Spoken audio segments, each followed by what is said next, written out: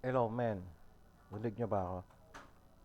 Yan. Ang first step ay mag-download ng IDM. Bale, ito na IDM, di ba?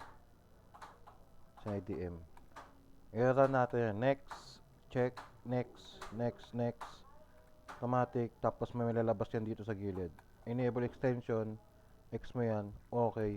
X mo. Tapos, download links. Full client. Yan. Makikita mo, men. O. Ayan. Pagka pindot mo dito ng client, lalabas na yan dito. Basta naka-enable yung IDM. Ayan. Yung internet ko dito is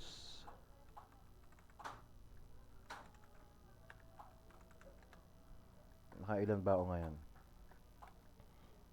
Kita nyo IP address ko. Kahit i-ano nyo yan, wala yan.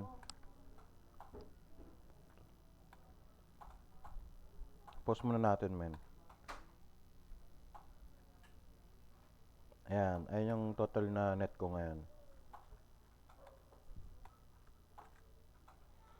Ayun lamang at maraming salamat.